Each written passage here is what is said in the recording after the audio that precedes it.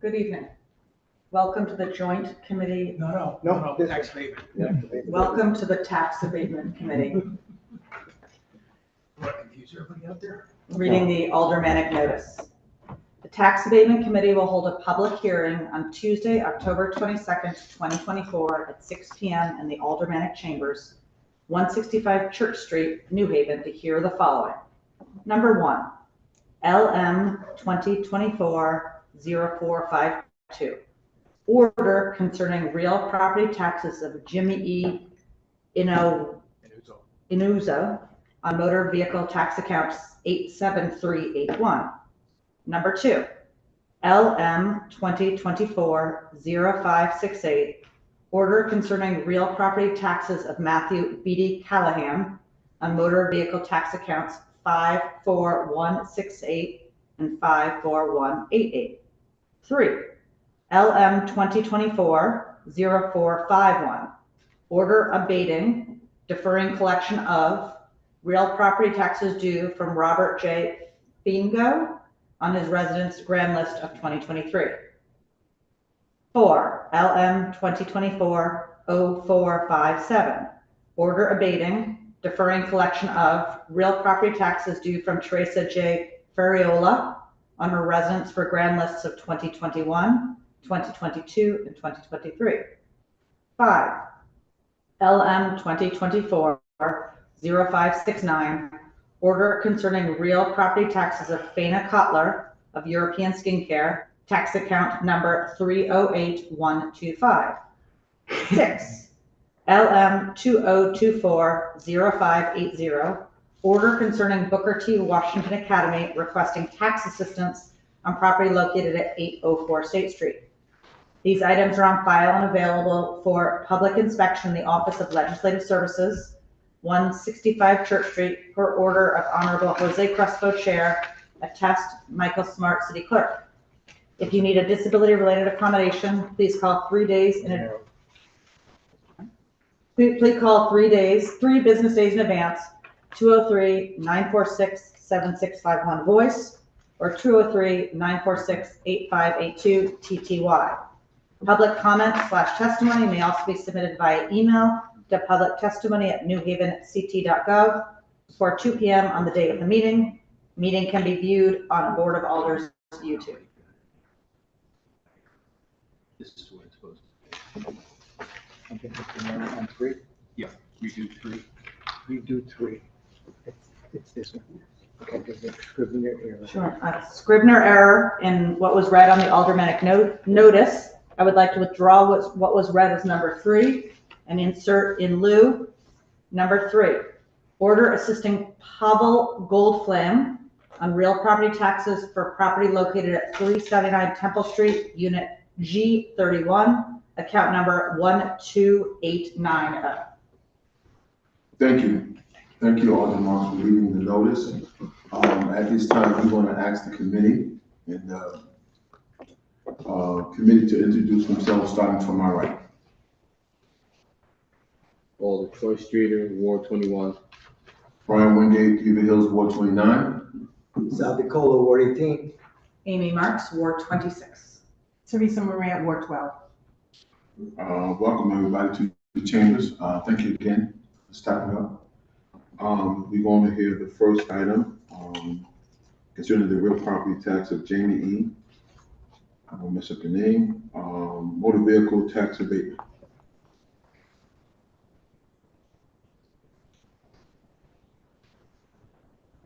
First, yes. See here. Okay, that's over. Okay.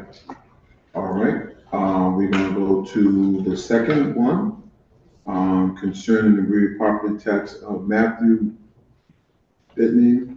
B.D. Callahan. B.D. Callahan, please come up, state your name and address for the record, please. I'm sorry to chop your name out. Good evening, my name is Matthew B. Callahan. I live at 50 Old Cottage Street, New Haven, Connecticut. Thank you. State your case. Sure. So I'm here today about motor vehicle tax assessments from 2018 and 2019. I wasn't aware of those until this year. During those years, I was in the military, so I was only in New Haven at the time. And then I recently left the military, came back to New Haven, and that's when I went on the tax portal and saw these assessments from 2018 and 2019. And so specifically, to start, it's 54168 and 54188. I'm not sure if you have a copy. Okay. So that's a 2016 Nissan Sentra. I also submitted a copy of my discharge papers to the committee, which should show that I entered active duty August of 2018, which would be prior to the 2018 and 2019 assessments for those two. I also have two tax assessments on a motorcycle that I co-owned with a friend. Those are number 93992 and 94077. One of those tax assessments was from 2018, so that was also while I was in the military. And then one was from 2017, so that was while I was in New Haven. I would just ask on that 2017 one that the interests and penalties that were assessed be waived, since I wasn't aware of those until now, but the actual tax of $58.45, I'm happy to pay because I was in New Haven at that time. Well, thank you for your service. Appreciate it. First of all, just thank you for your service. I will ask the committee, do you have any questions? Mr. Chair, looking for some clarification, Mr. Chair. Mhm. I'm seeing number 2, Mr. Beatty Callahan's tax accounts 54168 and 54188. Mr. Beatty Callahan was referring to other tax accounts that I don't see on this list. I don't know if Mr. Hayden can assist us with Okay. overlooking. Mr. Chair, I think that Mr. Beatty Callahan was referring to 4 tax accounts. Yes, I see 2 there, Mr. Chair. I have a copy of what's showing on for me when I look at the tax portal. I think one, because I co-owned that second vehicle with someone else, it's listed primarily under his name, and then I'm a secondary. So I'm not sure who's responsible for this. Okay. I can only deal with what's in front of me, for us the numbers. I can ask Mr. Hayden to try to help us out with some additional numbers that we don't have on this first paper, but you have on your paper. Actually, you have what, 2 accounts? 4. Oh, you may have 4 accounts. I don't know. You can see this one was from this year I paid. No, this one's already paid. Yeah. Is this one? Yeah, so.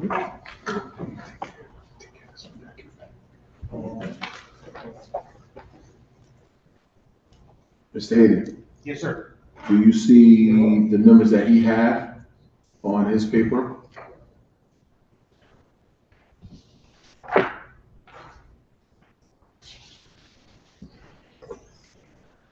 So I don't know why I didn't get the 2,000. That's-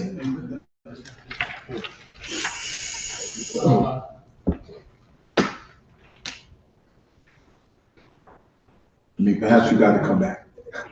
Richmond Riley, now, is that your vehicle? So I co-own that You can do one. one. While you're on active duty, just one vehicle, not all vehicles. Okay. And the reason it didn't come up when I looked through the account, because he's got it as a secondary account. Okay.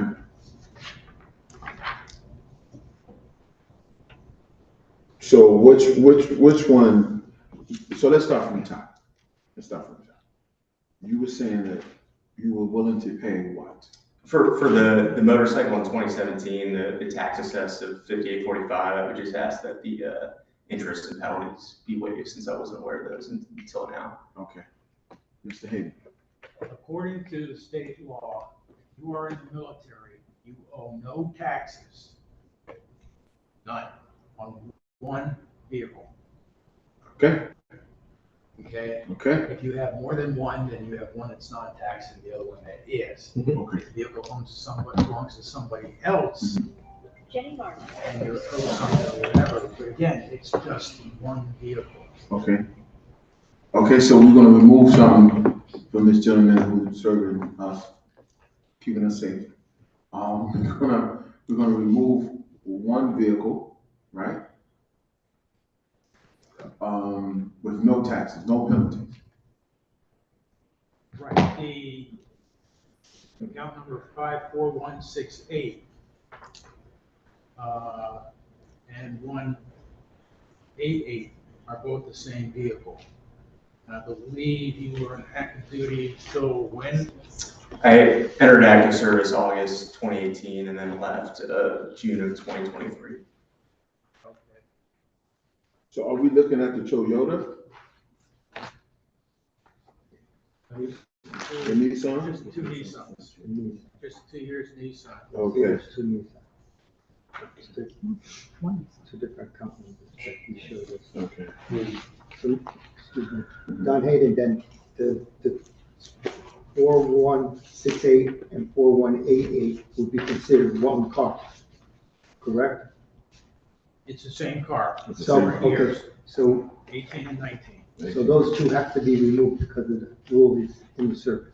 Yeah. Yeah. Yeah, Okay. absolutely. Then, Point of clarity, if I may. So we're looking at 54168 and 54188 Right. being the same vehicle. Mhm. Right. Given that it's going to be 708 in taxes and 564 in interest. Correct. Okay, It will be forgiven, Chair. thank you. everybody gets a little. That will be forgiven. If I may, Those are the forgiven. Mr. Chair, Okay. Order, acting chair, can I ask a question of the acting chair? yes, you may, I just, Alder Marks. like to ask, acting chair, I did hear, the resident speak of two different accounts. We know we can waive on one of the two vehicles we've heard about. I just would like, Mr. Acting Chair, to understand how much is owed on the other vehicle, unless the other one is more, unless there might need to be a substitution. I would like to be able, my inclination in the form of a question would be that I would like to waive the larger two accounts for, in honor of his service.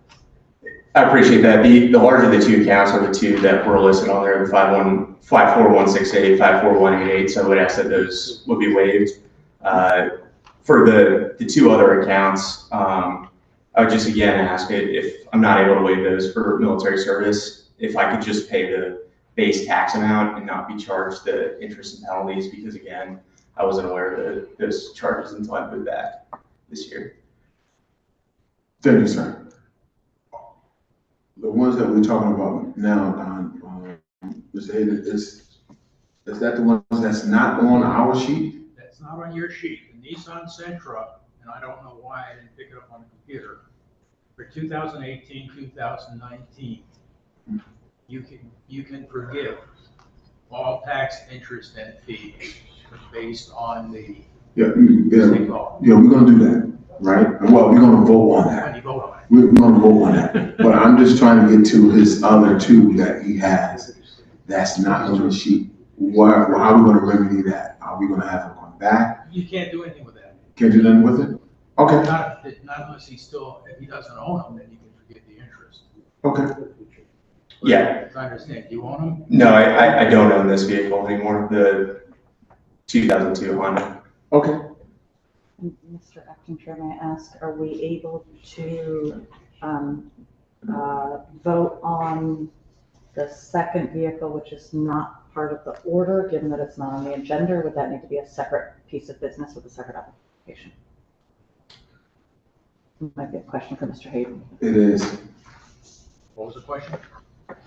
I'm hearing, Mr. Hayden, from the resident, we have the request for waiving the tax and fees on the first car, which is on our agenda. In addition, I'm hearing a request to waive the interest on the second vehicle, which is something I would be interested in considering, asking sort of jurisdictionally, can we discuss and vote on the interest on the second vehicle, given that it's not posted in the order tonight, or would that need to come before us as a second?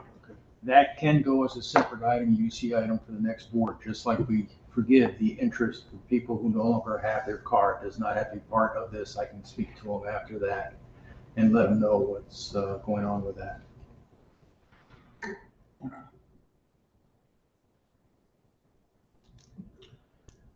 My question as a point of clarity is, given that we have item pertaining to the diesel Sentra, what about the BT 1100 and the BT 750? Again, under state law, you can only, under the military exemption, I'm one. up The to speed other with that. two, My question are those three remaining items something that the parties willing to pay? well, it's two remaining items. The Honda VT 750, which I'm assuming is a motorcycle. Yes. VT 1100T and the Yeah. VT 750. I got a VT 1800. So that means he would have to pay 5486 plus 5674 Less plus the interest, which this doesn't show, and I have to put on the computer because Mr. G.D. Callahan did not give me Richard Riley or Riley Richard to look up. He was the secondary, and that only comes up occasionally when I put in a name.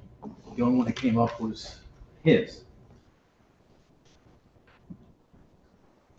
You got it. And I can talk to him afterward about the other two. So I guess I'm looking at the outstanding for the VT 1100. It looks like it was paid. So that one's eliminated. It looks like if this committee decides to forgive the other two for the Nissan, 2 and 3 are gone. At which point I'm looking at 11719 and 13108. Less interest. Less interest, which Because would be this is 5673 plus 5845. City's computer system that doesn't tell you the interest. Right. So, if I were to do it real quickly.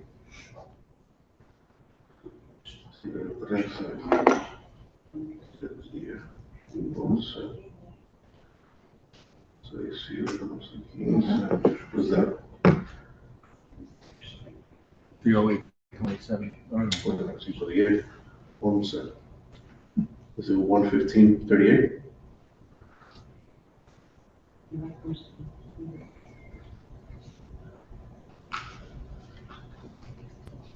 Yeah, it'd be 248.27 less interest 11518. of the 117 and 131. I'm looking at the 56, the tax that are paid, and the 58 for the tax. Oh, I'm sorry, the taxes that are owed. Taxes that are owed. That'll bring us to 11518. Is that correct? Yeah, that looks correct. Okay. No, it'd be 248. Well, you're, Plus So, interest. just interest. You're adding in the interest. If we were to forgive the interest, Right, all you have to, if you want to do it tonight, all you gotta do is have him forget the interest and I'll make the changes on the order. if we decide to forgive the interest, it'll be 11518. I can't tell you exactly what it is because I've got to go by what the computer says. Gotcha. That was it. Thank you. Alderman Gay.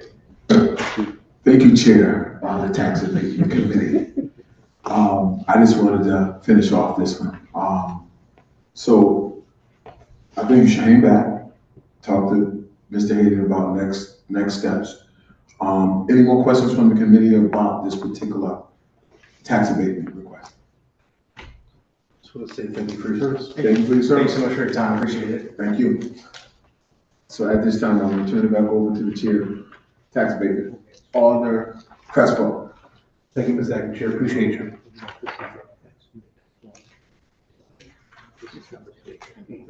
this is that. This is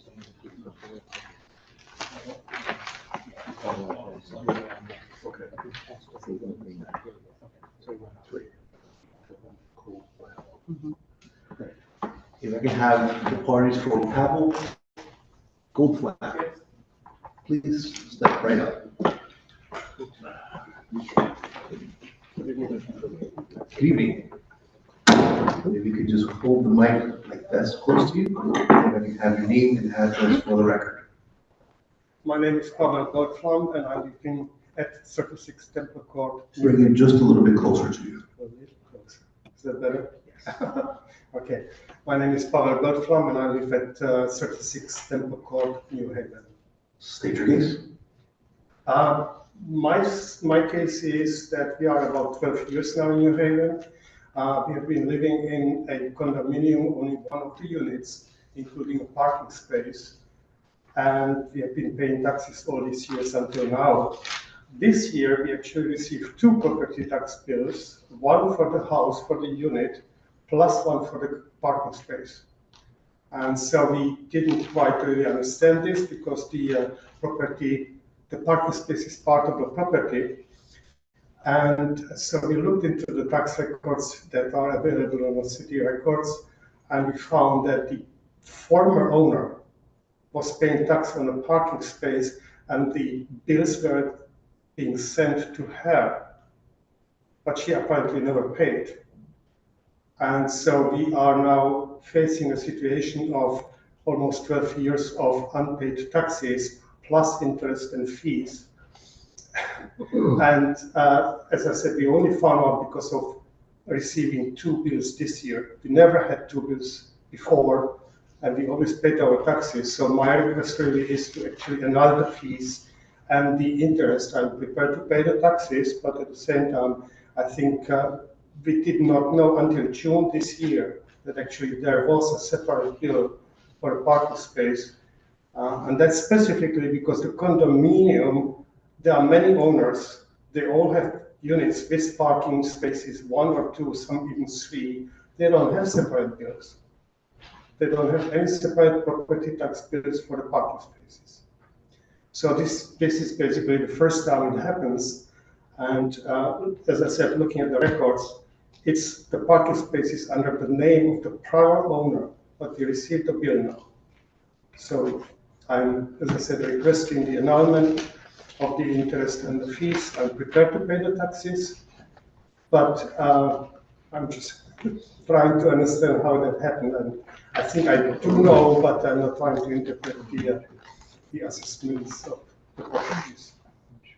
Thank you. Committee members, any questions at this time? Alderman Gay. Thank you, thank you.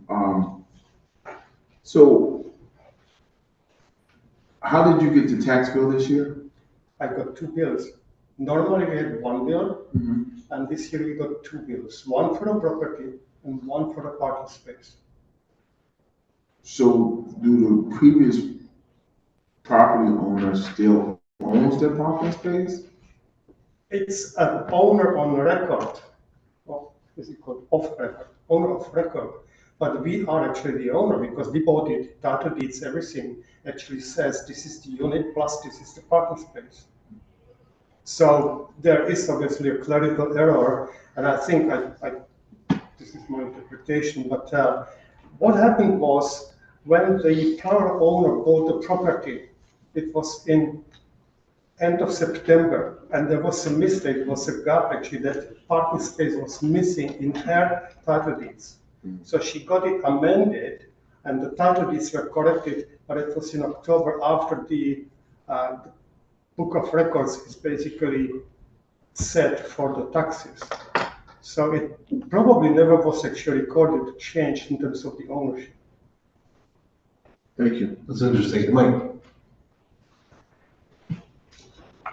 We'll come to the table, please. Please remain done.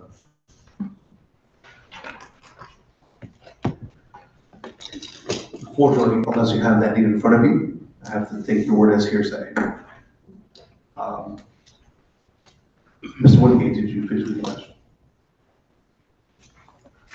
How did you find out about the tax bill in June, I think? Or Because we July? received this bill. We never had that before, sorry.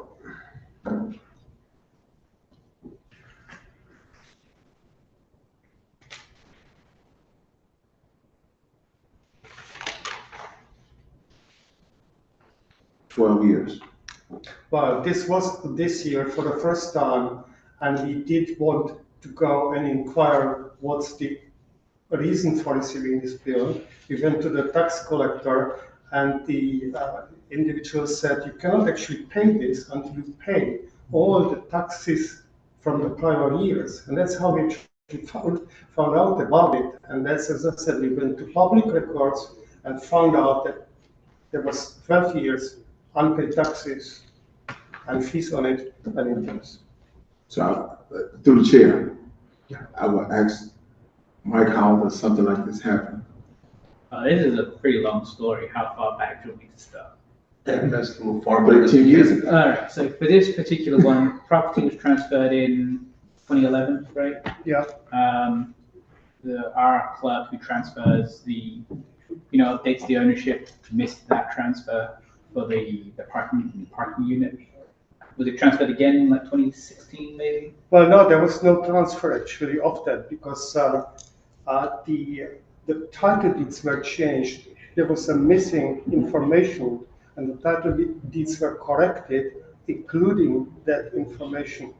And when Yeah, we but bought that- it was already part Yeah, of that still should have been caught though. No excuse for that. And that's pretty much what happened. So it was missed in 2011 and then again in 2016.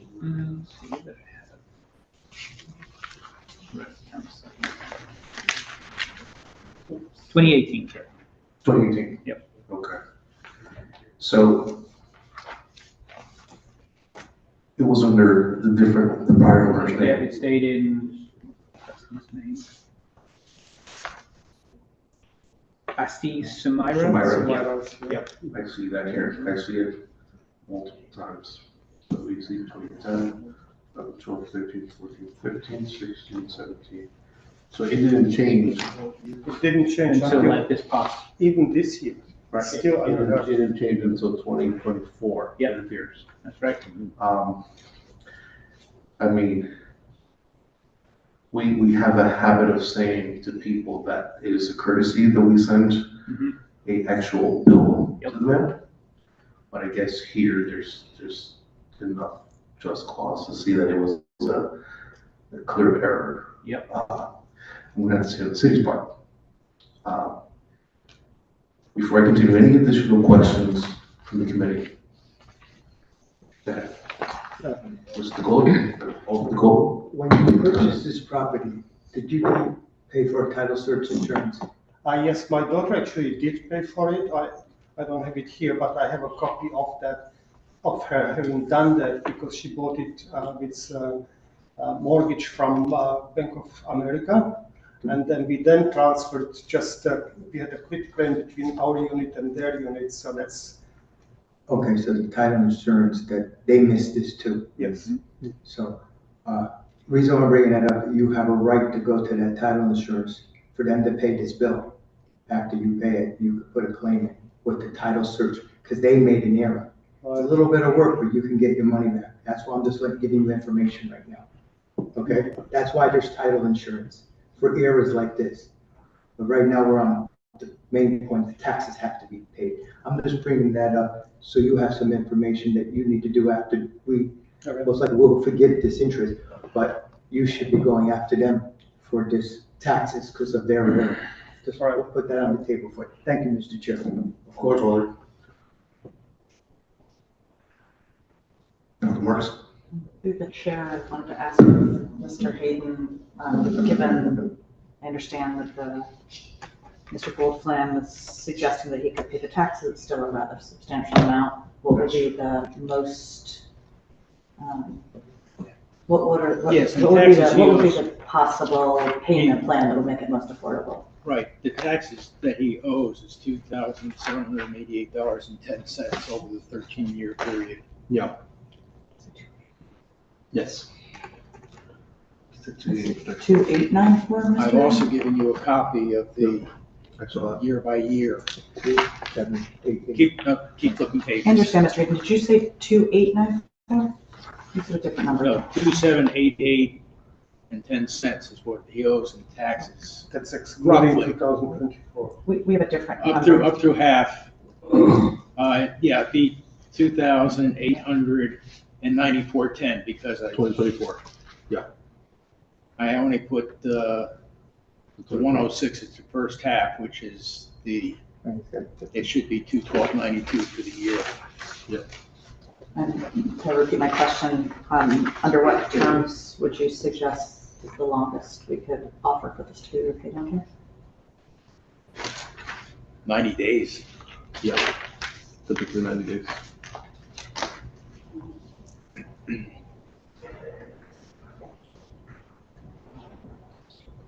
No, sir. So, any additional questions from the committee members? So, just a point of clarity. You owe 2,894 with 56, and you're prepared to pay that if we're able to forgive the fees and interest. Yes. Okay. Any additional questions? Thank you.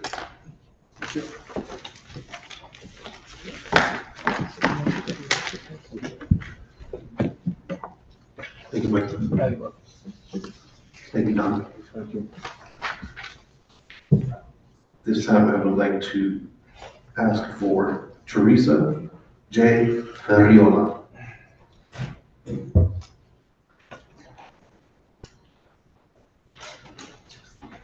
This is the power attorney. Are you done? Really knows everything. Good. My mom's not Teresa. I'm her son. You can state your name and address for the record, Yes, please. Glenn Ferriola, 89 Roosevelt Street Extension, New Haven, Connecticut. This is the power of attorney for my mom, if you guys. Thank you. Please state your case. We're here about, well, I'm here about her taxes. I went to make a payment last year and they told me I couldn't take a payment that was in, not foreclosure, but I guess the beginning of foreclosure. 2021, I think was the first year she missed. I wasn't aware of this, and I don't know if she received mail or anything like that because unfortunately she's getting older in age and she might have lost it. I tried to find stuff. So I had to go to an attorney and they said they won't take partial payment. I did a lot of things and I wound up meeting with Don and that's why I'm here for the abatement. She usually does her taxes and then takes that and pays on her house taxes. I think she got a little confused that year that just my taxes were done, meaning this, and thought she paid the taxes, and I think that's how we got behind. But that's how she usually pays it every year from her tax return.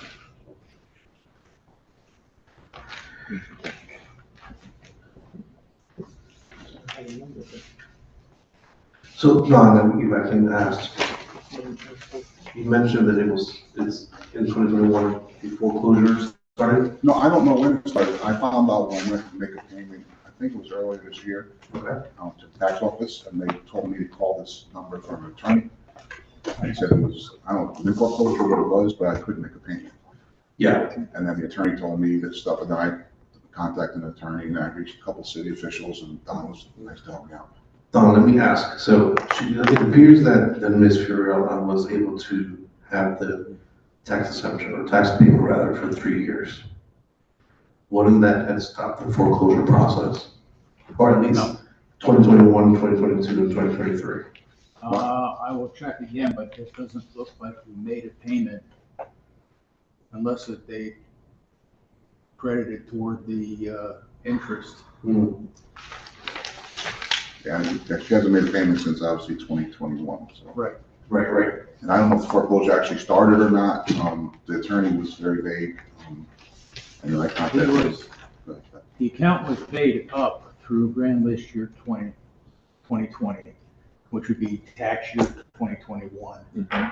They've never missed a payment on that. The 22, 23, and 24 tax years are due. Mhm. Oh, so, all the way, So what is the ax today? that was my question. I'm hoping it doesn't go to foreclosure. She's lived there for 87, 88 years. And then when she gets her, I mean, we don't know, she doesn't have business or income, she doesn't have a lot of money, she's on social security, but she will make a payment every year when she gets her, income tax return. And then Don said something about if the property's ever sold, I don't know what the rules are there, but, she's not planning on leaving the city ever, but she don't want to lose the house. Through the chair, Don had his hand up. Yeah, Don.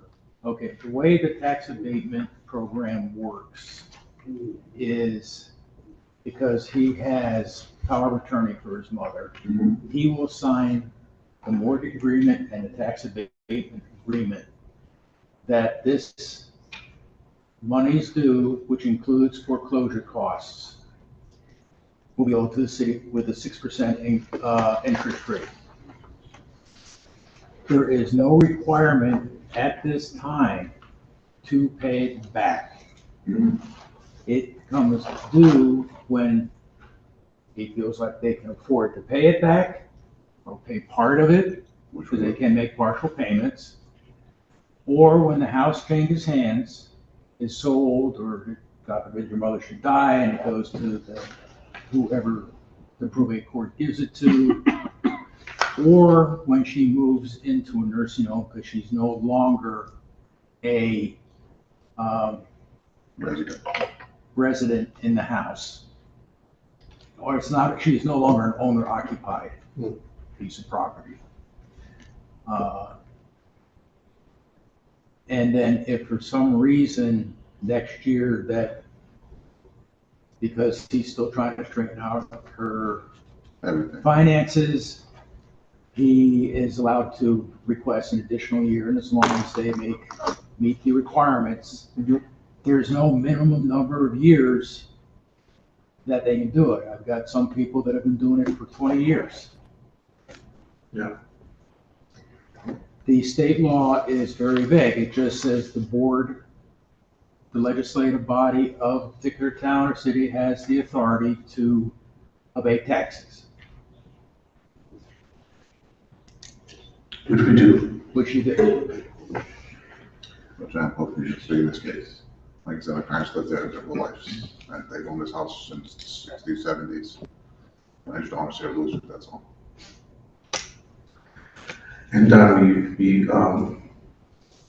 she still meets the criteria. Oh yeah, if you look on the, I have the work. worksheet that was given to you. Yeah, I see. Okay. Is that on? Couldn't see it, okay. Okay. What can we do to ensure that the property is not going into foreclosure? Oh, it's on hold. It's on hold? I put Okay. it on hold. Okay. The tax collector is aware of it. I have the amount that the city has spent to date. Okay. And if you approve and the board approves tax abatement, the foreclosure costs will not increase. Okay. They will notify the lawyer that, don't worry about it. We'll pay your fee and have a nice day. On the board? Mr. Hayden, I want to make sure I understand when you say if we should vote on abatement, such abatement is not to abate it fully, it's to put it on as a future debt on the house, as lien on the house, is that right? Yes. Thank you. They sign a mortgage agreement and a tax abatement agreement that goes to court counsel. They check it over, the mayor signs it, it goes over to the city clerk to be put into land records. And then it comes back and this is, so when the property changes hands and they do a title search, it will show up, hopefully. I do have one question over here. Oh, sorry. If it is approved, she's close to being wheelchair bound, so I have to put a handicap ramp. I know sometimes you have to get a permit from the city. Will that block us from getting? Okay, that's all I did. No. No. Thank you. The tax abatement is basically saying, I owe the city a debt. I fully intend to pay the debt. Because of that, it is not considered, if you go through LCI for whatever, ramp, roof, furnace, windows, whatever, because you had the tax abatement, they will continue providing assistance. Any additional questions from this committee? Thank you. Thank you. So I just find out the results, or is it okay? You can stay until the end, or you can call Don tomorrow and I'll tell you the result of this. She's been nervous all day. Okay. Yeah. Thank you very much. Of course. I'll call you tomorrow then? Yeah, Okay, no I'll stay problem. at the end. Either way, it's good. Call you? Okay, thank you.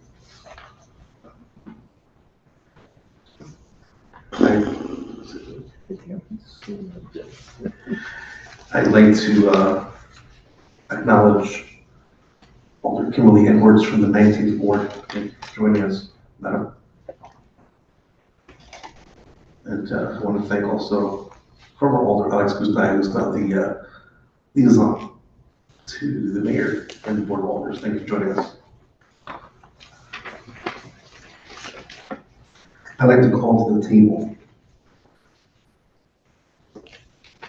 for item number 5, Faina Cutler. Faina Cutler. Please forgive me if I am not saying it correctly. Of European Skincare. Good evening. If you can state your name and address. Faina Cutler. It's like a snow today. And the address for you reside for the record. Address, you mean my salon previous or? Your home address. Home address. 21 Canterbury Road, Camden, Connecticut. And bring the mic close to you so that we can hear you. And state your case. State your case, I can open. So, what are your questions? We have a letter. Yeah, but you know what, After 9 years. To close her business, In November November 1st will be 9 years. So, if I can have your name and address. Husband, I was helped a lot. So, name and address for the My record. name, sorry, Lev Cutler, 21 Canterbury Road, Hamden, Connecticut, 06514. Take turns whenever you're gonna talk. So either you talk and she's going to Lev, vice yeah. versa. Stop. Let me talk, I can understand that. Well, I'll let them state their case and we'll make the best effort, and then we're gonna ask you to. So, I never spoke with any community, never ever, so little nervous in my English. Don't worry about it. So, 9 years ago, it will be November 1st, we closed our business. And I sent tax and the certificate to Hartford because it said it's their property. So since that, she's retired.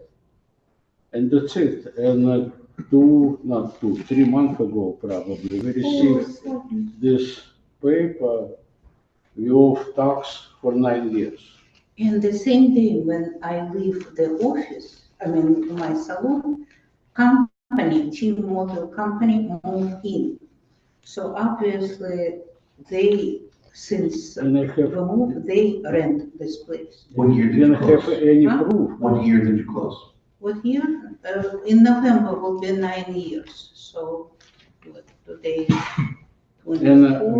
move our mail to our house, and it, in case if we receive some any bill.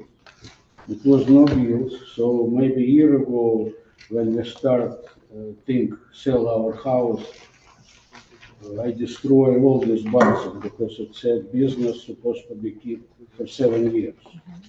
And now I got it nothing, except this one. It's like, never in my life I thought about this. That's it. Okay, That's my thank you. story. Now to the cleaner version, Donald. Clear version. Thank you. When they closed the business, they did not notify the assessor's office.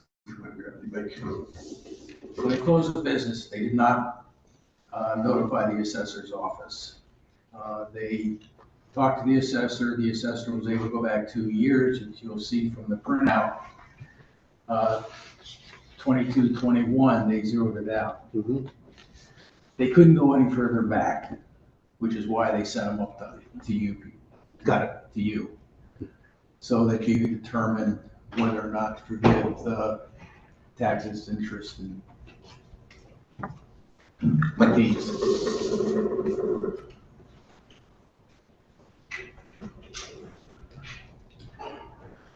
Good evening, sir. Again. So the 2022, 2021 were able to be zeroed out. Unfortunately, from 2015 to 2020, it requires this body to do so. Yep, the state law says we're going to give back 3 years from tax duty. Okay. And you're okay with the assessment that we closed and they should have zeroed out from 2015 to the present? Excellent.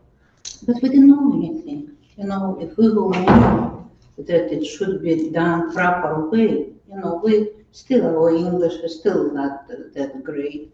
And maybe if we knew that we should do what you require. And why you wait 9 And years? why, yeah, why not next year? Why in 5 years? Why 10 years?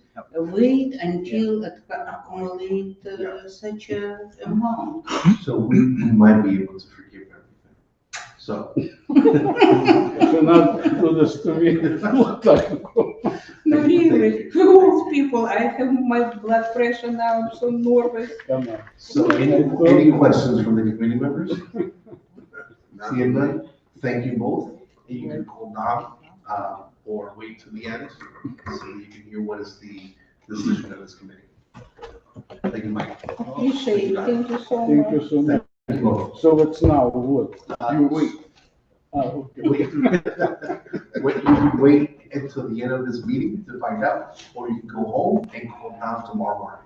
Okay, what you said? It takes a long time, maybe wait and know today already.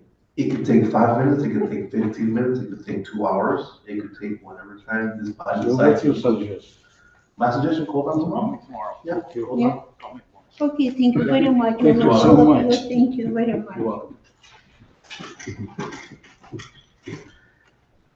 Thank you.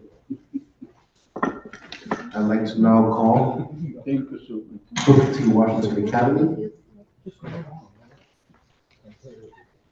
Okay, thank you. My phone number. Thank you.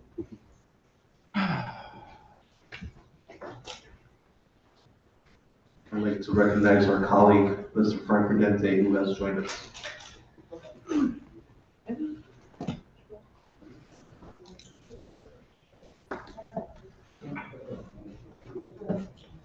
If you can state your name and address for the record, please. Is that home or work address? Home. Okay, John Taylor, Executive Director, Booker T. Washington Academy, 101 Birchwood Drive, Hamden, Connecticut. Patricia K. Solomon, 434 Dixville Avenue, New Haven, Connecticut, staff member, finance, compliance and insurance auditor. I have some historical going back to 2017. Thank you. Suzanne McDermott, I'm the Director of Operations for Blessed Michael McGivney Parish, 74 Horseshoe Road in Guilford, Connecticut.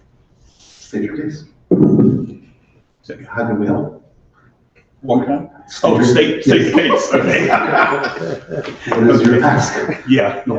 Our ask is, we're, as you guys have heard before, Booker T. Washington Academy, nonprofit charter school, serving New Haven scholars.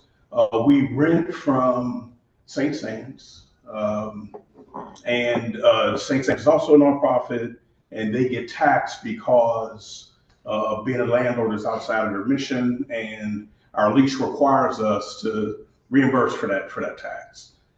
We're in a position where we've had declining enrollment since COVID. Going into COVID, we were at 519 students. We have 404 students.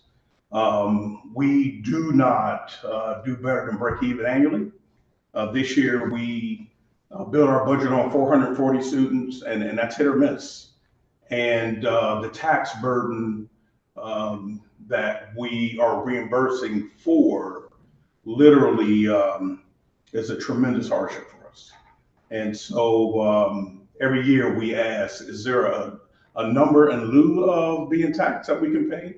Something that we feel is reasonable, that we can actually afford. This year, the number we're being taxed is a little north of $188,000, which is a big number. For us, that represents 3 teachers plus benefits. So we're here to ask for some help and some relief on that tax burden. We have made the first reimbursement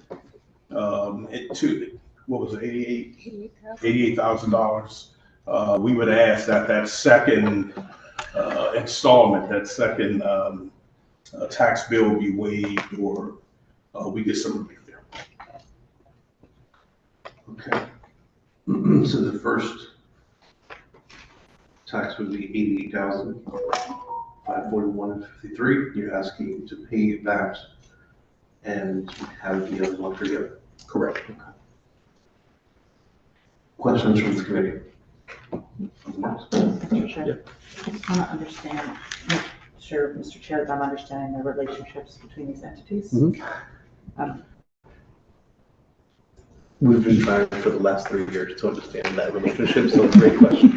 Hopefully you can figure out for us this one. So Blessed Michael McGivney Parish. Let me ask questions. Your name? Suzanne McDermott. I'm the Director of Operations. Ms. McDermott, I just want to ask some specific questions of you. Okay. So you're here on behalf of St. Stanislaus Church? Yes, it's one of the 7 churches. Easy questions. St. Stanislaus Church rents the property to Booker T. Washington Academy, is that correct? Correct. You have a lease Yes. with Booker T. Washington as the tenant in the building? Yes. And you are being taxed by the city on the rent? Yes. Is this the property tax on the church we're talking about, or is this the tax on the rent? Okay, I'll ask Mr. If I may, I will, through the chair, is that okay? Yes. Ask of Mr. Haven. I have some follow-up questions. I'm trying. Let me try to explain the relationship. Please, and I may between the ask two. some more questions of the parties. St. Stanislaus owns the property. St. Stanislaus is a church, therefore the church is not taxable. However, because they rent the property, it is now a commercial arrangement that they get money for, therefore the property becomes taxable. Now, Booker T. Washington is a non-taxable entity. However, they don't own the property. And there is nothing in the law that permits the city to classify the property as non-taxable because it is being utilized by a non-taxable entity.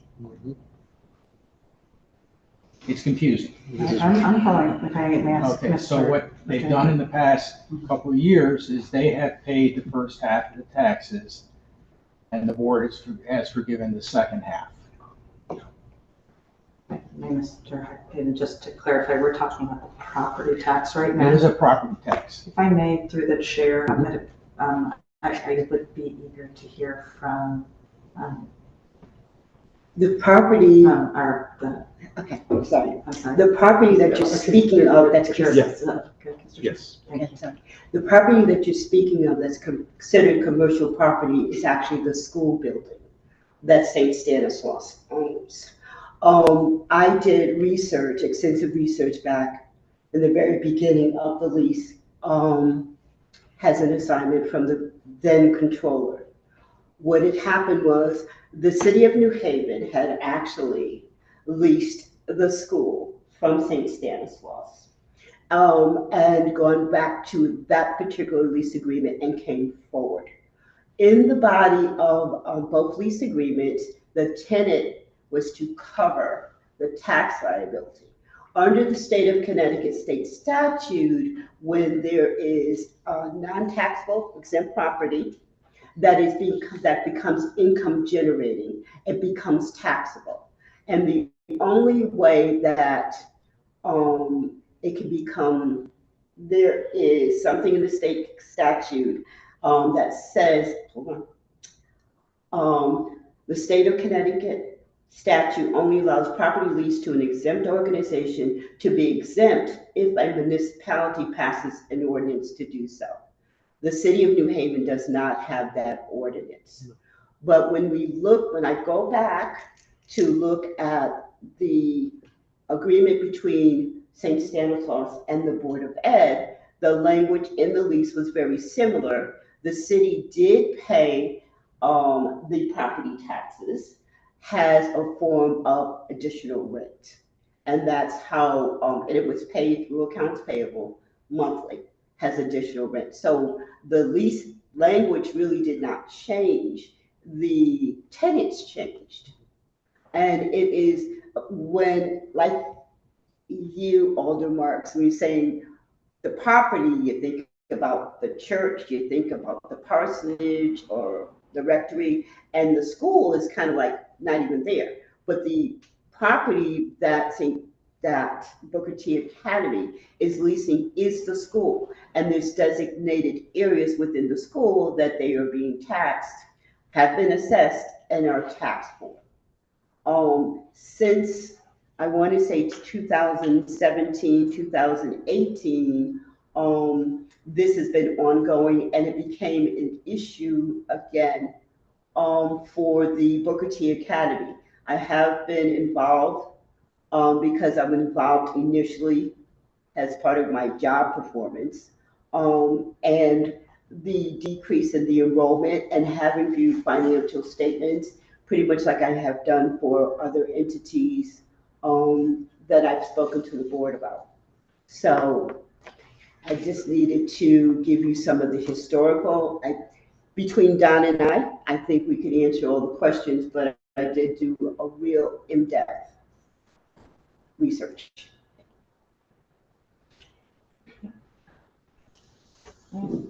Yeah, go ahead. Just to ask of you, so you're here on behalf of the city, is that correct? I'm going to say that I am acting in the role as the compliance assurance Thank you. auditor. I'm aware that you're also, Okay. wear many hats in our cities. Yes. Thank you. And it's your position that the city supports this request? I can give you the historical information in the background, and yes, I can tell you that the numbers that Mr. Taylor is referring to professionally, as I look at it from a financial point of view, yes. Which is that this request would follow a pattern that's been granted in From how previous. many prior years? I am aware of at least 2 other occasions. Thank you, Mr. Chair. And can you just remind me, didn't you guys do an extensive renovation to the school in the last year and a half or so? We did. 2 years ago, we put, I think it was like $400,000 into renovating 804 State Street, so, yeah. Yeah, okay. Yeah, I remember that. Well, the Wingate. I'm good, Chair. Okay. Through the chair, may I ask, can I see a copy of the state law being read to us? I'm sorry? A copy. May I see a copy of the state law that you read to? I have to, this is the actual staff memo. Oh, thank you. Okay. What was the citation? If you can send it to Don and have Don send it to us, Yes. that would be Thank you. great. I heard you citing statute. and I just- Yeah. Yeah, I look at it. Thank you. Yeah, very for much sure. your work. Don, anything you want to add before we continue? Anything else you want to add? That was it. That was it? Mike, anything you'd like to add? No? Okay. I remember this every time I come down here. I think I've been here long enough to hear it 3 times. But we have certainly approved it 2 years in a row. So thank you for stating your case, and you can definitely call Don tomorrow morning or stay until the end until we make a decision. Thank you. Thank you. Thank you.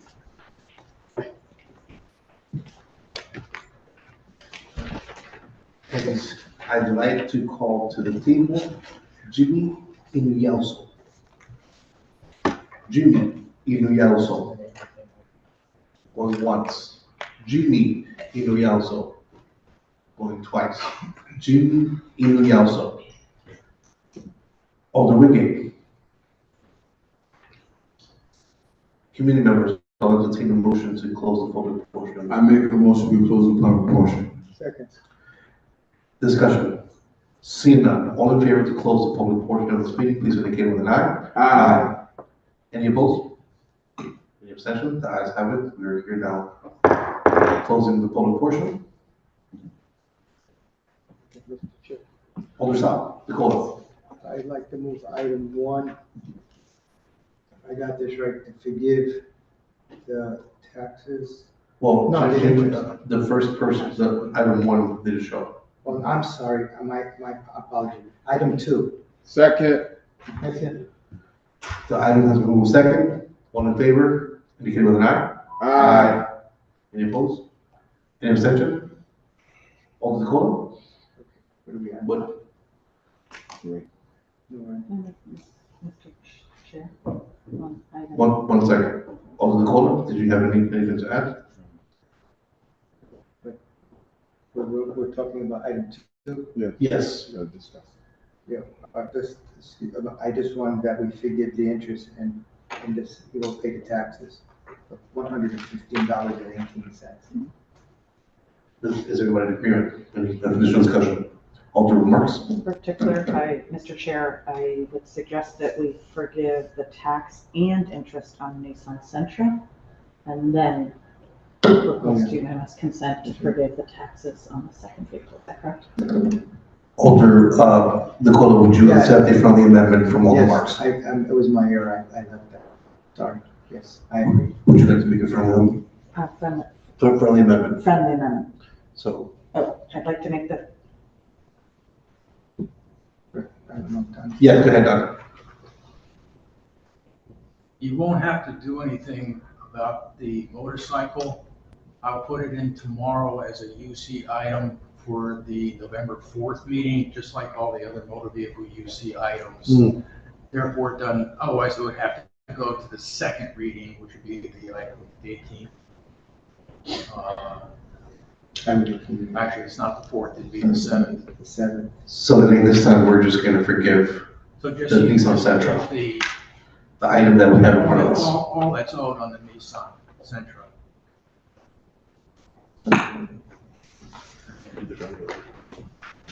I'm doing a friendly amendment to forgive both the tax and the interest on the Nissan Sentra account number 54160. Second.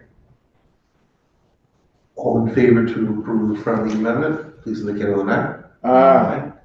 Any opposed? Any abstention? Now, as we have the motion as amended, or as for the friendly amendment on the table, discussion.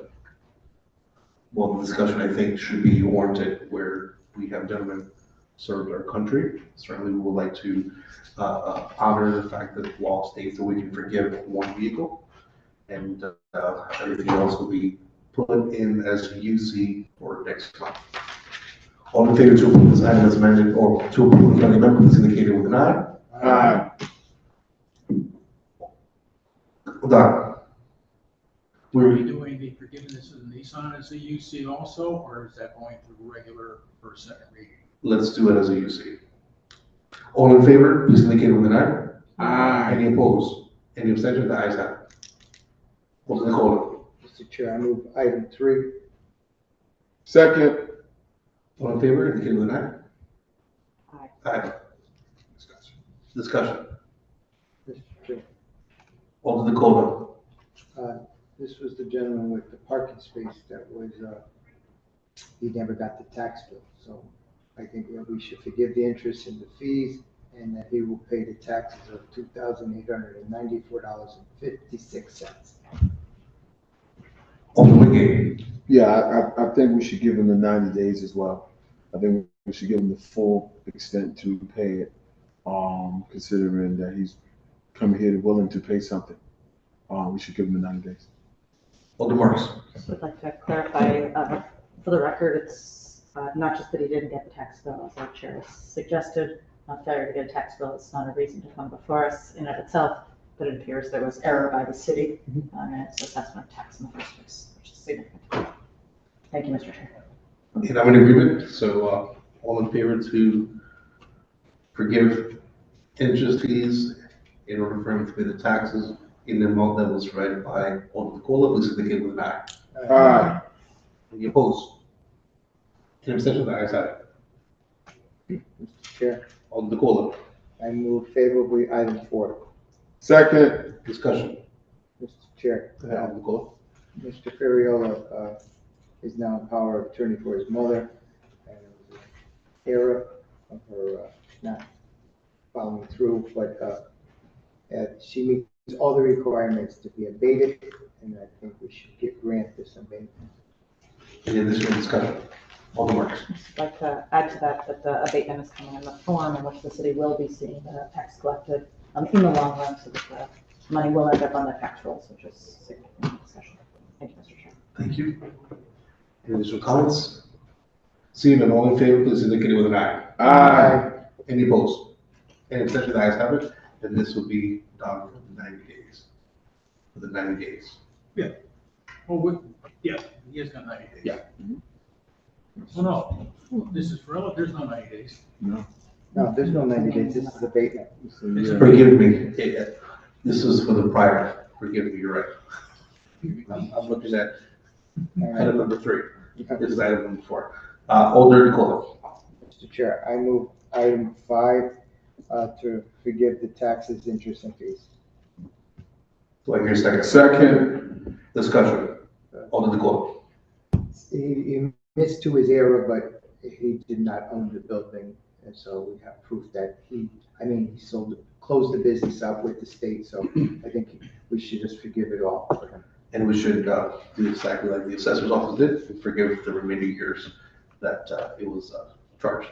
Alder Marks. And I just want to also add that we're doing so to comport and align with the state law, which already did some of the tax abatement. So we're just doing additional years of the state to align with the state law. Excellent. Any additional comments, concerns, thoughts, questions, inquiries? Seeing none, all in favor, say aye. Aye. Any opposed? Any abstention? The ayes have it. Alder Nicole. Mr. Chair, item 6, I move that we forgive the second payment of taxes for Booker T School. In what amount? Second. I'm going to ask if you could also clarify, Alder Nicole, which amount would you like to forgive? They already made one payment, this will be the second payment. Excellent. All in favor? Or discussion? So we have been able to forgive this 2 years. I've been able to forgive it. I think the first time it was myself or Alder Santiago. I think it was myself. And I think that it aligns, I think certain questions were asked. Does it align with the city and will it be approved by the city? It would be. It's just a matter of a nonprofit being taxed for having property being used by another nonprofit to be able to pay, and then it's taxed, and then it becomes a whole, I don't even know what they could call it, but I guess here and again, we understand what's going on. So all in favor to approve the second payment. Go ahead, Alder Marks. Comment for discussion, if I may. Of course. I am new to hearing this issue, and I appreciate the work of this committee in the past, and certainly feel an inclination to follow that precedent, which it sounds like you, Mr. Chair, were going towards. I am interested in the law presented by Ms. Solomon, and the law seems perhaps to allow an exemption of a full abatement of all the tax, and I want to sort of put on the table the question of why it may not be a full abatement, and we're looking to get half of the tax. Duly noted. Thank you for your question. Any additional thoughts, questions, comments? Just for the record, it's something that we've been doing for 2 years now, and I think it merits to also bring some revenue for the city, given that it's also being utilized.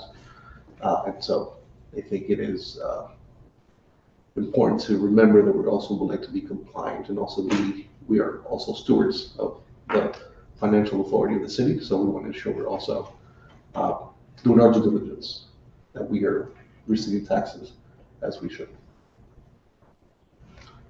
Any additional questions, concerns? All in favor, indicate with an eye. Aye. Any opposed? Any abstention? The ayes have it. I make a motion, we. 1 second. Hold on. One another moment to consider my vote.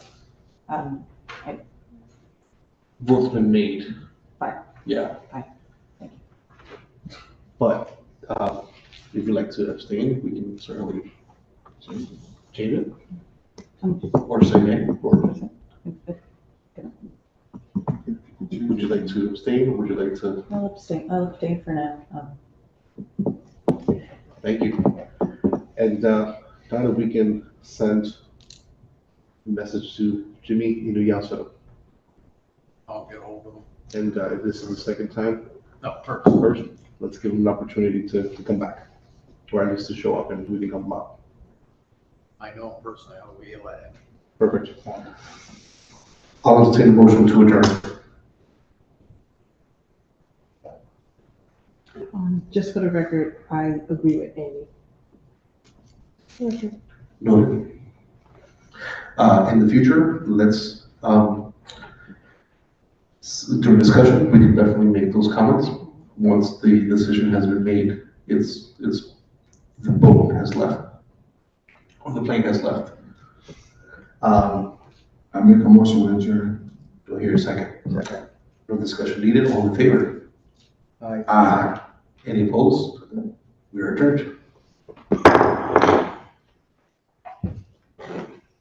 So we're gonna take, like 2 minutes to readjust, and then we're gonna come back. You have a joint community development and tax abatement committee meeting. Give us like 2 minutes, to get ourselves together, please.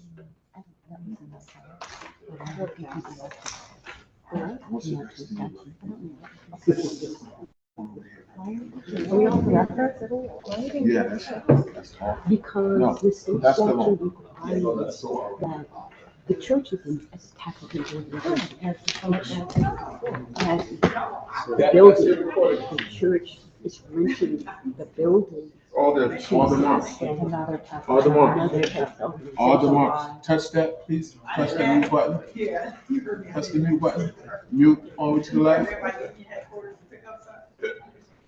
Yeah. Continue. And then we should mute ourselves on the left. There you go. Right here? Yep. Yes.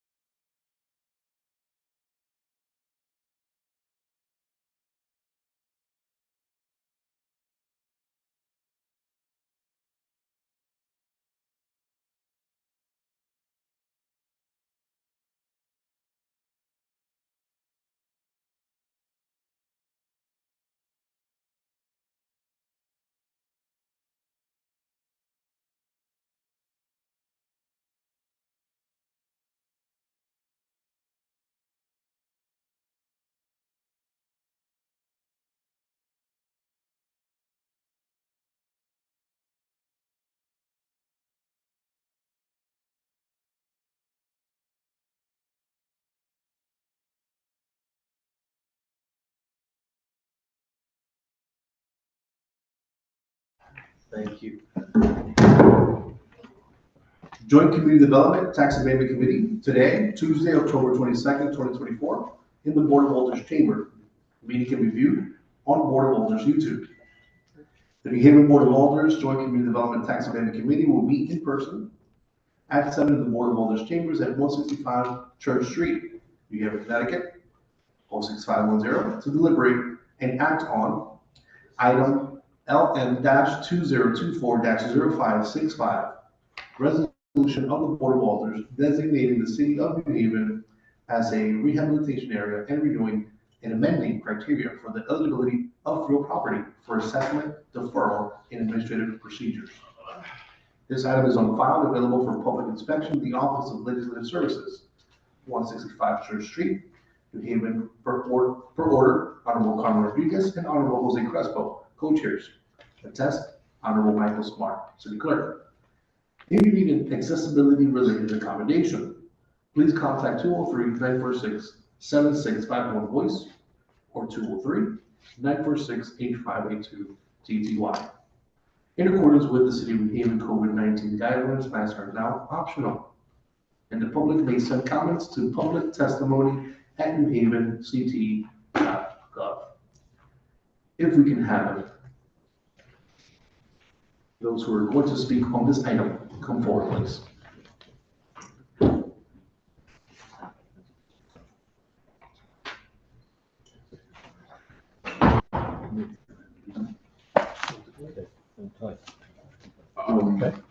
At this time, I would ask the committee to introduce themselves, and before we actually start the meeting, I want back to acknowledge Alder Douglas is not, he's a little under the weather, so he's sitting over there. But he's the vice chair of the community development. But we'll start from our right with introducing ourselves. Frank Redemption, Ward 15. Kimberly Edwards, Board 19, Community Development. Sal DeCola, Ward 18, Community Development. Brian Wingate, Ward 29, Community Development Tax Abatement. Jose Crespo, Ward 16, Tax Abatement Chair. Amy Marks, Ward 26, Tax Abatement. Teresa Morant, Ward 12, Tax Abatement. Now you can state your name and address for the record. Good evening, Mr. Chair, members of the committee, the Joint Committee. My name is Michael Piscatelli. I'm the Economic Development Administrator for the city, and I reside at 353 Summit Street, New Haven. Good evening, ladies and gentlemen. My name is Clay Williams. I'm a Business Development Officer with Economic Development. I reside at 249 Neyland Road in New Haven. Good evening, committee. Alex Pullen, I'm the Acting City Assessor, and I reside at 6 Pequot Avenue, North Haven, Connecticut. Good evening. My name is John Ward. I am Special Counsel for Economic Development. I reside at 295 St. John Street, New Haven. You have the floor.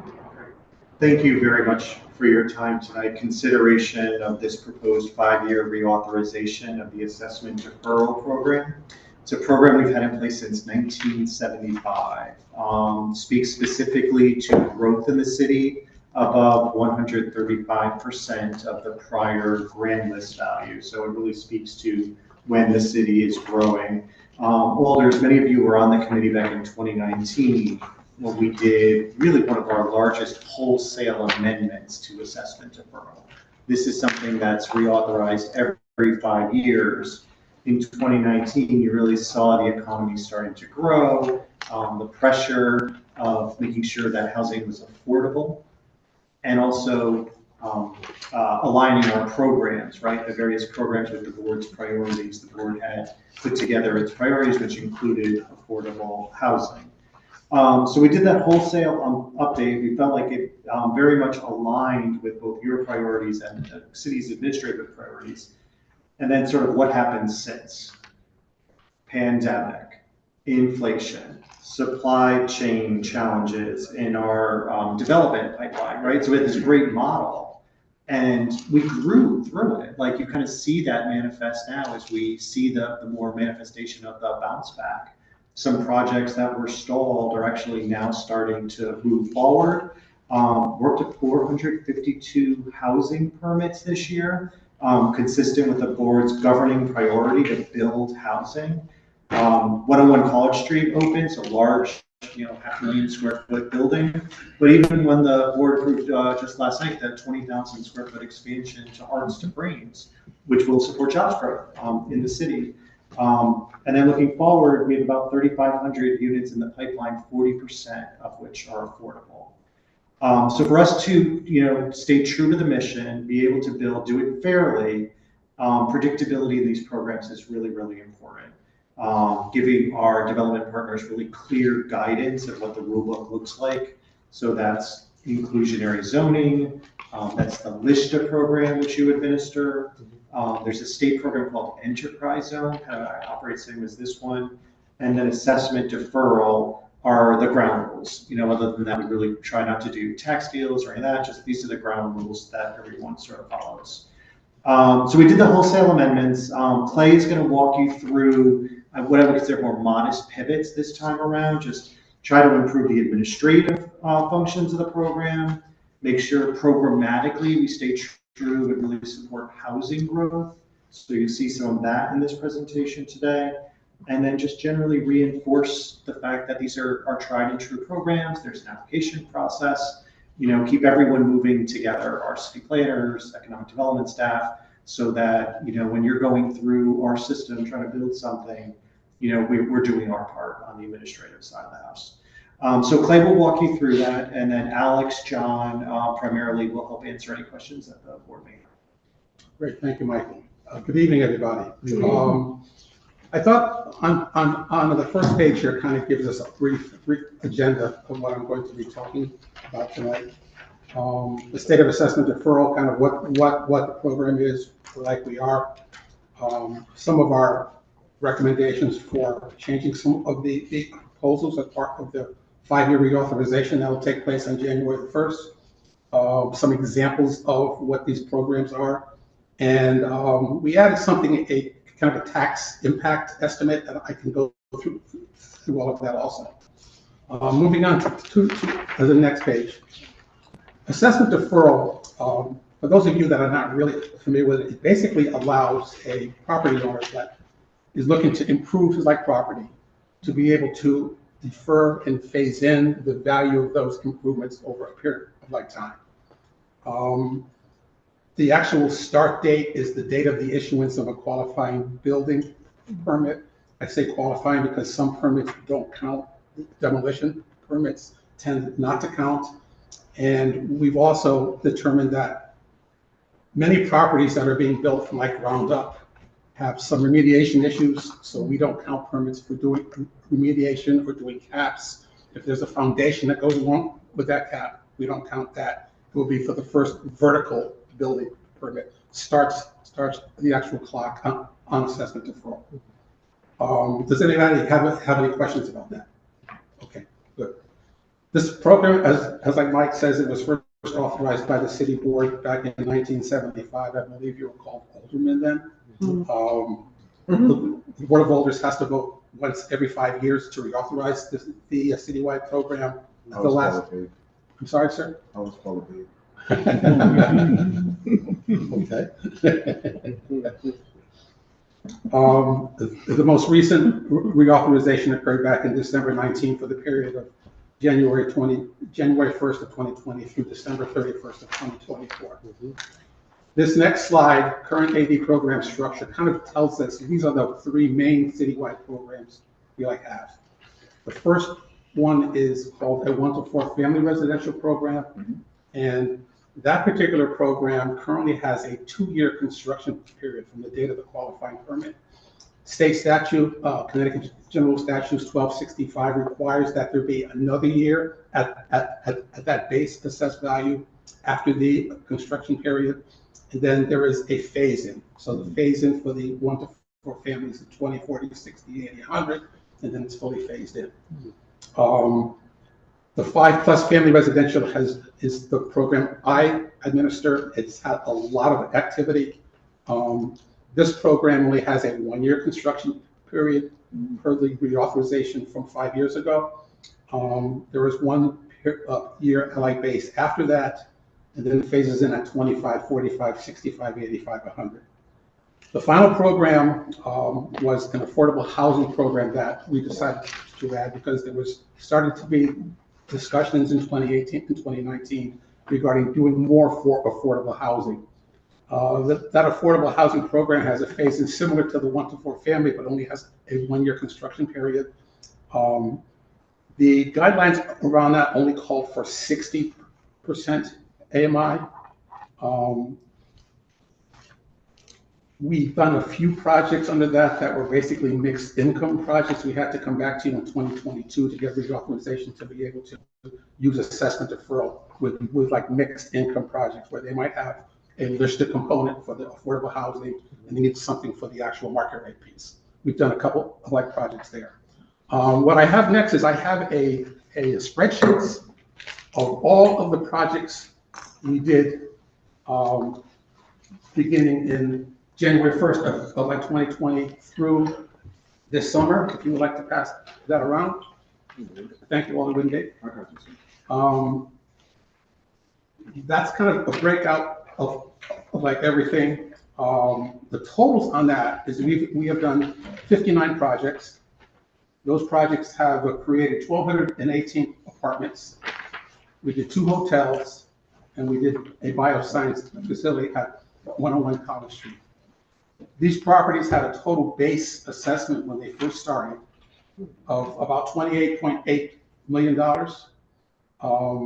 Based upon the information that they gave us and what the assessor reviewed, solely based upon the info, these properties would have an as-done value of $314 million, which is quite an increase.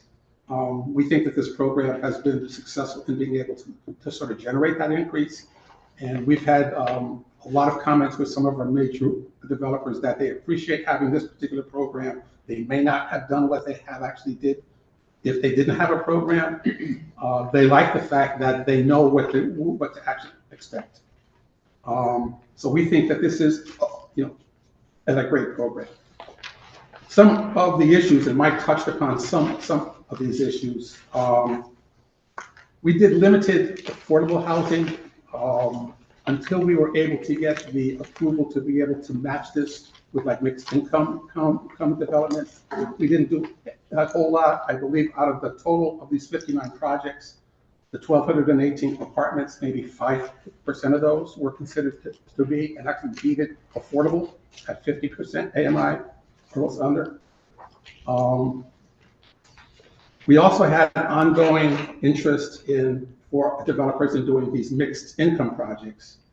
And if their capital stack was coming from the state of Connecticut, from CHFA, they required that you do mixed income projects. CHFA will not finance projects where it's 100% affordable. That became an issue for us for the Curtis Cofield project because that was originally was going to be 100% affordable. They had to put some 100% AMIs in some of those. So we had to kind of work to see how we were going to do that. And I want to thank the assessor's office for sort of helping us with that. We also had a pandemic, which created all types of like havoc. There were several projects that, because of high costs, high interest rates, high labor costs, material shortage, didn't start. One of those is like 19 Elm Street. That one is about ready to kind of restart now under like different ownership. But the pandemic created a whole lot of issues that continue to this day. And last, we have determined that there are perhaps some industries that we don't necessarily want to support with assessment deferral. There is like a slide on this, and I will let Mike kind of talk a little bit about that later on. All right, for the 2025 objectives is we're looking, number one, we're looking to increase the attractiveness of deeply affordable housing development to housing developers. Number two, structure the assessment deferral program to complement the city's inclusionary zoning ordinance, the city's primary affordable housing incentive program. Number three, to incentivize housing developers to go beyond affordable housing requirements, to go beyond those that are laid out by the inclusionary zoning. And number four is, again, looking at some industries that perhaps don't need assessment deferral.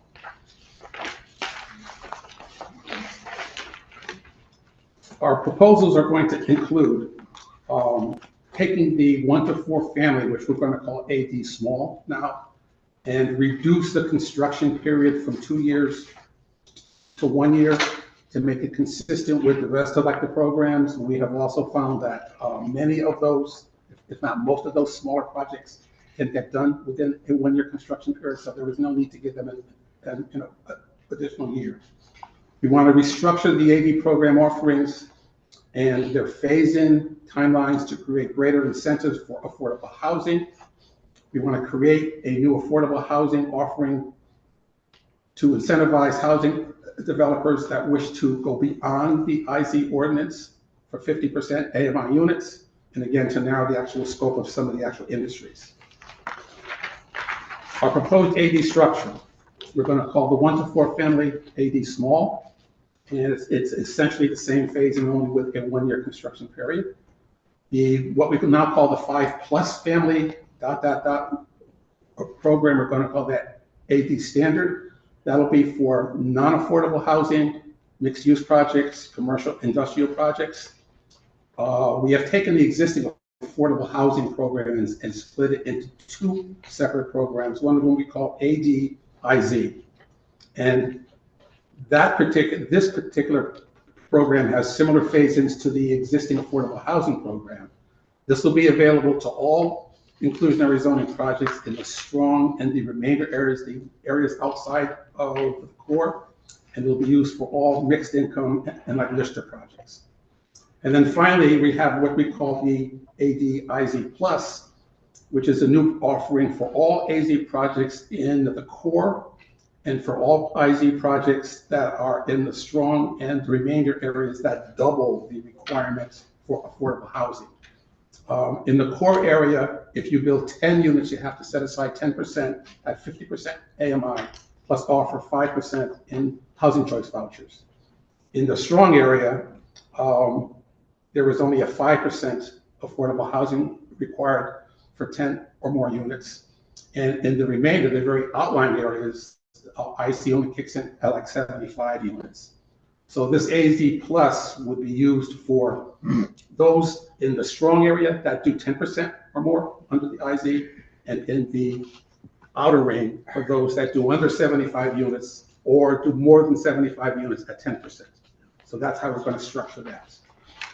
All right, coming up on the next gives examples of kind of the existing program versus what we want to offer. The AD small program, the green column is existing, the blue column is what we are proposing. I'm sorry that came out dark. But you can see under the AD small, we're simply eliminating 1 year for the construction period. Same kind of a phase. The AD standard, which is our existing 5+ family, we're going to tighten that up a little bit more by offering a reduced phase-in. Rather than 20, 25, 45, 65, 85, we're going to reduce that to 35, 65, and then 100. So it'll phase in a lot quicker for those non-affordable projects and for those commercial industrial projects. Next is the AD-IZ proposal, which looks just like the existing affordable housing proposal. It's basically offered to all IZ projects in the strong and the remainder, and all mixed income and like Lister projects. And then last, I'm showing the AD-IZ Plus, which is for all IZ projects in the core and for all IZ projects that double what is required in the strong and a remainder. You will see that that has an extended phase-in on that after 1 year construction plus 1 year like base of 20, 40, 50, 60, 70, 80, 90, 100. So it's a longer term phase-in for those folks that want to do more than what the IZ requires. We think that that is important to try to incent more affordable housing.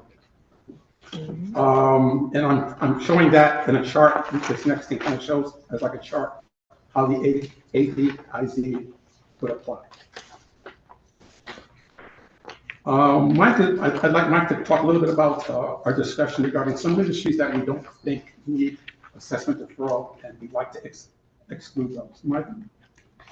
Just briefly, and thank you for giving you a lot just to show the clarity. The charts are actually incredibly clear relative to what we've done in the past, so forgive us that we're going through a lot of stuff here. As we mentioned at the top, assessment deferral is as of right. You meet the criteria, then it goes through a pipeline for the application process that Clay and the team administer. In doing so, sometimes it's frustrating for staff, their value judgments, right? Like we have a mission, we have a governing mission of the city, things that we're trying to accomplish, things that we host here in the city, but aren't always the most popular things, like a highway or something like that. So any number of different people might put a list together based on what land uses we see in the city, and then wonder, like, why are we giving that a tax benefit? We identified 6 land uses. We went through the zoning code and we thought through what's kind of come across our plate: a billboard, energy transmission facility, substation, something like that, a parking structure. Self-storage facilities are increasingly popular because there are more rental units. So we're seeing more demand for self-storage. We identify these as land uses that don't necessarily have a lease-up period associated with them. You get a billboard, you turn it on, you get a billboard. That arguably from the staff's perspective, I trust the alders would agree and move up a proposal like this forward, that these would not be eligible for assessment deferral. That on day one, when you turn your power plant on, you're paying taxes on your power. And so that's the first time we've ever done ineligibles, but we feel, quite strongly, I think in some respects that, we get the calls when a new billboard goes up, and yet at the same time, they get a tax benefit. So we offer these for your consideration after going through the book and seeing which ones are likely to happen and would likely get the benefit unless we addressed it earlier. Okay, thank you, Michael. These next 3 pages, we had a summer intern come to us, and I said, what would happen if we took all of the projects that I just gave you on this particular list here, and we plugged them into these new programs and see how it would pan out regarding any kind of a tax impact? And I'll have to get back to you if you ask me specific questions about how this was actually calculated. But the second of these 3 slides, basically it came out with a weighted average that if we plug these projects into this new programs, the tax impact over 11 years would be a 7% plus. The underlying guidance here is that we're looking to do more affordable housing, so we may not meet that 7% additional tax because we are giving up tax revenue to do affordable housing. That's just part of how everything works with affordable housing. You're not going to get the same kind of tax revenue as that. But I just thought this was just an interesting exercise that I decided to kind of add here to show that if we plugged our proposals into what we did between January 1st of 2020 and the end of the summer, that there would have been a 7% positive tax impact over 11 years. It's kind of a wild thing, but it like does work. I'm done. Does anybody have any questions other than asking about how the tax impact was calculated? I'm going to have to get back to you on that one, but. Any questions from the committee members? All the way through. No, thank you for your detailed presentation. It was very, very good. Thank you. Thank you so much. So how this been around since 1975, right? So, but we got new players in town, we got new businesses in town. How do we get to those who don't know about this deferral? What we have tried to do is to work with the building department, because one of the requirements is that you have to submit a 3-page application for this program before you walk into the building department and apply for a permit. So we've tried to put posters and signage and ask the building department folks to say, hey, hold up, there's a program here that you might want to apply for first. There have been several cases where people didn't really know, and they basically rescinded their permit to make the application and then applied for the permit again. Is it game in the system? I don't think it is, because we want people to take advantage of this program, because it isn't particularly for like smaller folks. the 1 to 4 family folks. We think that the 1 to 4 family will also be helpful when we get our accessory dwelling units issues going, because that will definitely help those folks, adding an additional dwelling unit. But we try to do it, we have the application paperwork on the city's website. I never feel that I should have to beg people to take a city benefit, but many times I find myself calling people up, hey, are you going to submit all your checklist items? Are you going to be doing this? Are you going to be doing that? And just to keep people rolling, because once that permit is issued, the clock starts running. And we've had several projects where they kind of stopped. I believe there was a project at 367 Howard Avenue where they just stopped because they weren't able to get a permit for whatever reason. I've had a couple of projects where we couldn't help them because the increase in value due to the construction didn't make the required 35% increase. There's been probably only 2 of those in the 12 years that I've been managing this particular program. It doesn't happen often, but we do try to encourage as many people as possible that are eligible to take advantage of this program. All of the big guys know about it, so the Spinnakers, like the world, they're always contacting us regarding, some of the fact that they're working on a big project at the old Coliseum site now that is part of this program. Like I said, Curtis Cofield, we encourage them through the actual West River group to make sure that they were able to kind of apply to become eligible for that. So we do try to do a bit of outreach, but again, I don't beg people to take advantage of it. I give them the opportunity, and I will remind you once, but I shouldn't have to basically beg you. Thank you. Thank you, sir. Anything else? Thank you for your presentation. Thank you, folks. Thank you very much for your time tonight. Very much appreciated. Thank you all. Thank you. Does anybody from the public wish to testify on this item? Does anybody from the public wish to testify on this item? Anybody on the public wish to testify on this item? I make a motion to close the public portion. Second. All in favor to close the public portion, please indicate it with an eye. Aye. Any opposed or abstentions, the ayes have it. So, Alderman Dakota. I'd like to move this item favorable.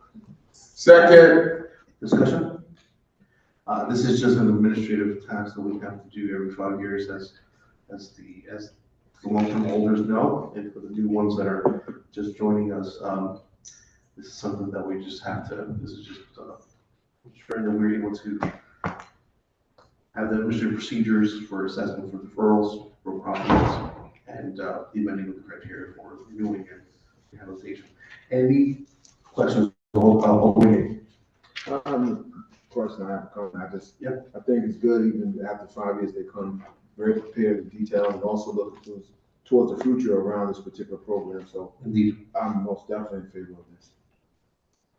Any additional comments, questions? No, all in favor? Yeah, of course. Thank you, Mr. Chair. I just want to share that I, again, appreciate the detail and thoughtfulness of the presentation, and appreciate there are identifications of objectives and directions that we want to go, and appreciate that this is a realignment of the program with objectives that I know we share with the administration regarding economic development and in particular affordable housing building. Thank you, Mr. Chair. Thank you. So this is certainly part of our legislative agenda, as Alderman Wingate, Nicole, and myself know, and then Alderman Edwards as well. It's something that we've been working on for, at least for me, the last 9 years. And it's something that we're going to continue to do, and we always like to collaborate and be in collaboration with the administration, and we look forward to working together, especially now coming into 2025. Any additional comments, questions, concerns? Seeing none, I'll entertain a motion to adjourn. So move. Do I hear a second? We didn't vote on the end. Oh, we didn't. Let's go back. So, all in favor to approve this item, please indicate it with an eye. Aye. Any opposed? Any abstentions? The ayes have it. I make a motion to adjourn. Do I get a second? Second. All in favor? Aye. Aye. Any opposed, same decision, I hereby conclude this meeting. Thank you, sir. Amen. Thank you, brother. Always good to see you. Right here. Right here. Right here.